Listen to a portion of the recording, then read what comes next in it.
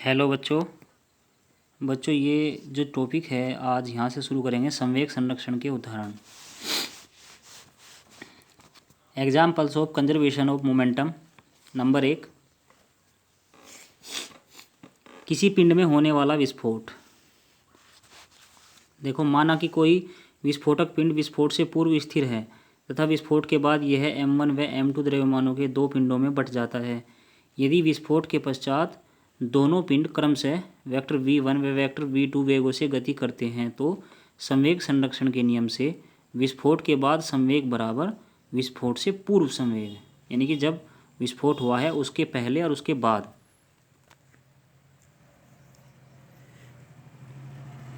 अथवा m1 vector v1 plus m2 vector v2 बराबर m into zero equal to zero, या m1 vector v1 बराबर minus m2 into vector v2। अतः विस्फोट के बाद दोनों खंड परस्पर विपरीत दिशाओं में इस प्रकार गति करते हैं कि दोनों खंडों के संवेग परिमाण में बराबर तथा दिशा में विपरीत रहते हैं। नेक्स्ट है बंदूक से गोली का छूटना। जब बंदूक से गोली दागी जाती है तो बंदूक तथा गोली दोनों परस्पर एक दूसरे पर बल आरोपित करते हैं, परंतु निकाय पर बाह्य बल जो है वो शून्य रहता है, यानी कि निकाय का जो संवेग है वो कंजर्व रहता है, संरक्षित रहता है, वास्तव में शून्य रहता है, क्योंकि गोली के दागे जाने से पहले दोनों के दोनों विराम में थे। दागे जाने पर गोली आगे की ओर गति करती है, अर्थात आगे की ओर संवेग प्राप्त करती है, और बंदूक भी उतना ही संवेग पीछे की ओर प्राप्त करती है, जिससे कि निकाय का कुल संवेग शून्य बना रहता है।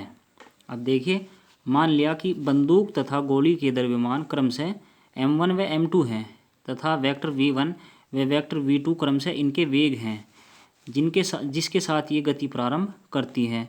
इसलिए संवेग संरक्षण के नियम से m1 vector v1 plus m2 vector v2 equal to m1 into zero plus m2 into zero, अर्थात यहाँ से एक फॉर्मूला जनरेट होता है कि m1 into vector v1 plus m2 vector v2 बराबर जीरो।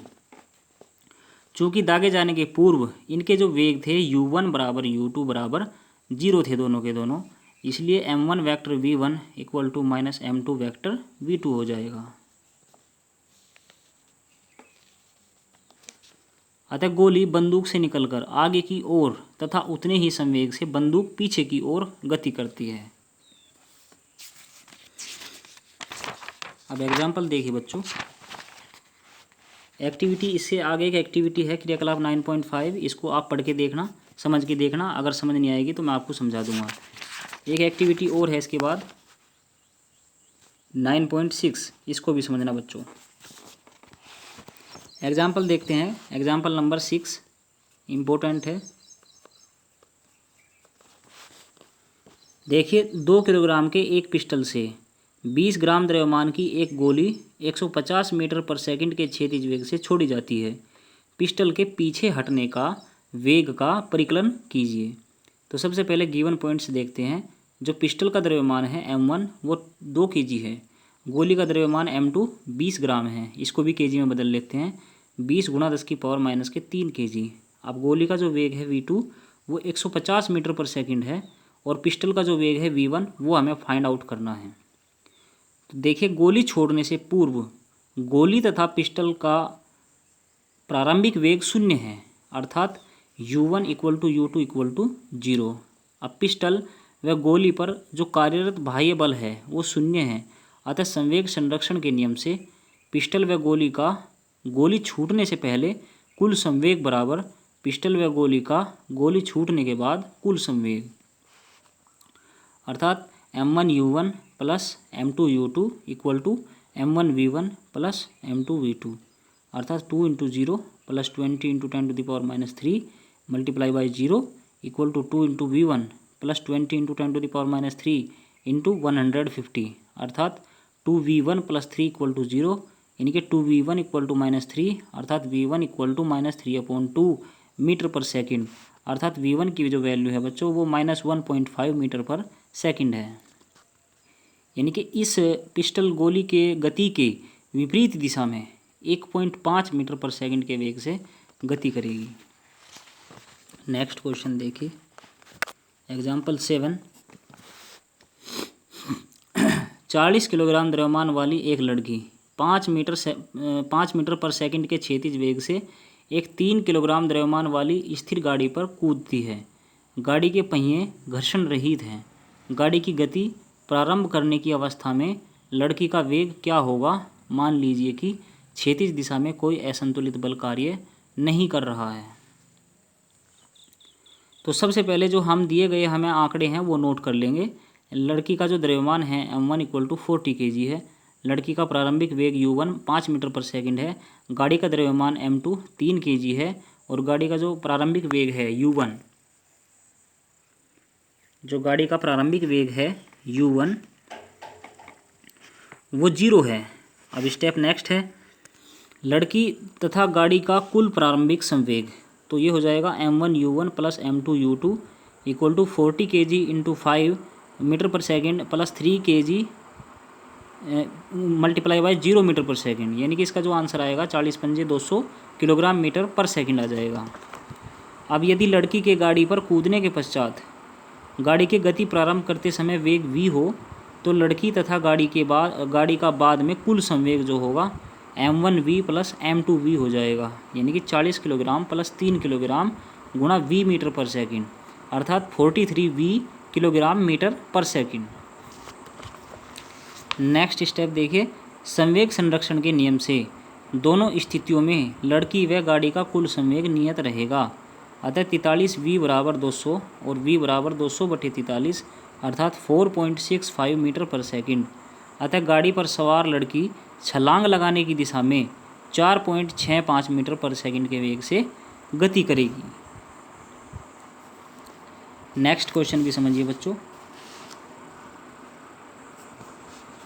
हॉकी की प्रतिद्वंदी टीमों के 2 खिलाड़ी गेंद को हिट करने का प्रयास में परस्पर टकरा जाते हैं तथा आपस में उलझ जाते हैं।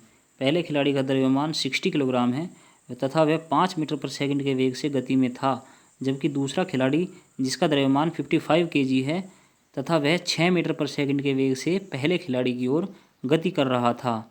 टकराकर उलझने के बाद वे दोनों किस दिशा में किस वेग से गति करेंगे? मान लीजिए कि दोनों खिलाड़ियों के पैर तथा पृथ्वी के बीच कार्यरत घर्षण बल नगण्य है। तो सबसे पहले बच्चों हम गिवन पॉइंट देखते हैं जो हमें दिया हुआ है क्वेश्चन में, वो लिख लेते हैं। m1 = 60 kg है, u1 = 5 मीटर पर सेकंड है और m2 = 55 kg है और u2 = -6 मीटर पर सेकंड है।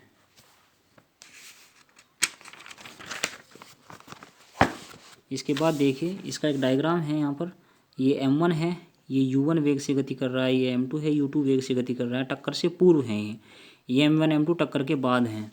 तो टक्कर से पूर्व दोनों खिलाड़ियों का कुल संवेग = m1 u1 + m2 u2 अर्थात 60 kg × 5 मीटर पर सेकंड प्लस 55 kg × -6 मीटर पर सेकंड अर्थात 300 - 330 किलोग्राम मीटर पर सेकंड आ गया इसका आंसर। तो ये आ जाएगा -30 किलोग्राम मीटर पर सेकंड। अब यदि टकरा कर परस्पर उलझ जाने पर दोनों खिलाड़ियों का संयुक्त वेग v हो तो टक्कर के पश्चात दोनों खिलाड़ियों का कुल संवेग m1 + m2 × v हो जाएगा।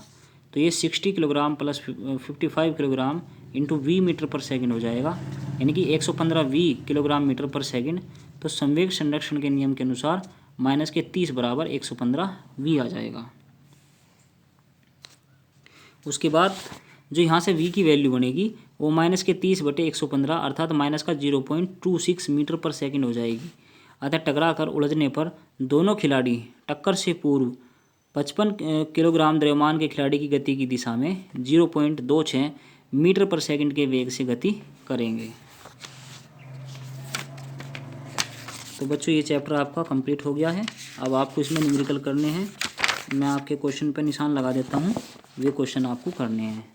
जो क्वेश्चन समझ में नहीं आएगा तो वो मेरे से पूछ लेना, उसको मैं सोल्व करके ग्रुप में सेंड कर दूँगा।